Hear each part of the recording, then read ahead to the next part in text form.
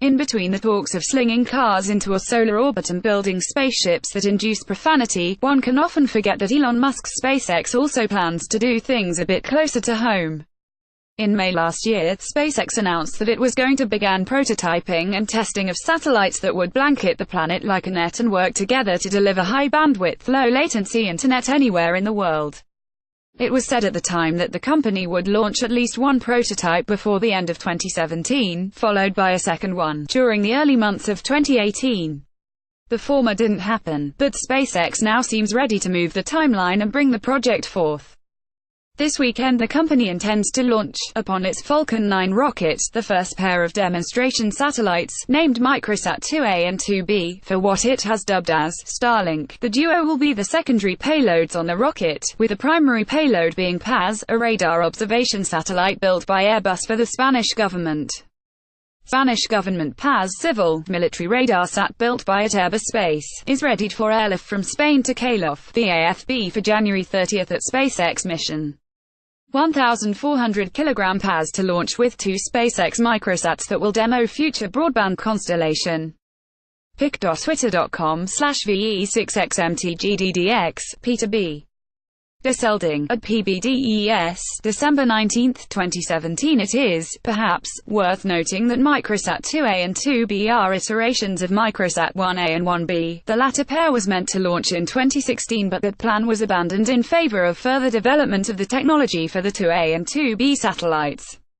According to documents filed with the Federal Communications Commission, FCC, the company will have a variety of ground stations to test the network, including at SpaceX's headquarters in Hawthorne, California, Tesla's headquarters in Fremont, California, SpaceX's facilities in McGregor and Brownsville in Texas, as well as in Redmond, Washington, and lastly, 3 transport vans, perhaps to test the network's reliability in moving vehicles. It is also mentioned that the pair of satellites will exclusively transmit only when they are above these ground stations, which, per the documents, would result in a transmission time of about 10 minutes per day. It's certainly not a very large test. The finished mesh network would involve over 4,000 satellites in the low Earth orbit by 2024, a number that certainly puts the launch of the 2 prototypes in perspective. Although the Starlink network may help connect millions, if not billions, to the World Wide Web, making accessible an incoherent amount of data, that's not its main purpose, at least for Elon Musk.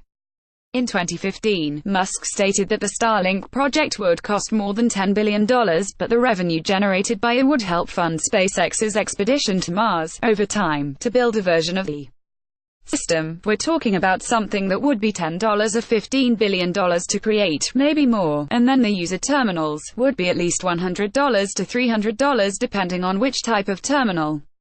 This is intended to generate a significant amount of revenue, and help fund a city on Mars. So in looking in the long term, and saying what's needed to create a city on Mars, well, one thing's for sure, a lot of money. So we need things that will generate a lot of money. The Falcon 9 rocket carrying the payload is expected to lift off from the Vandenberg Air Force Base at 6:17 a.m. Pacific Time on February 17.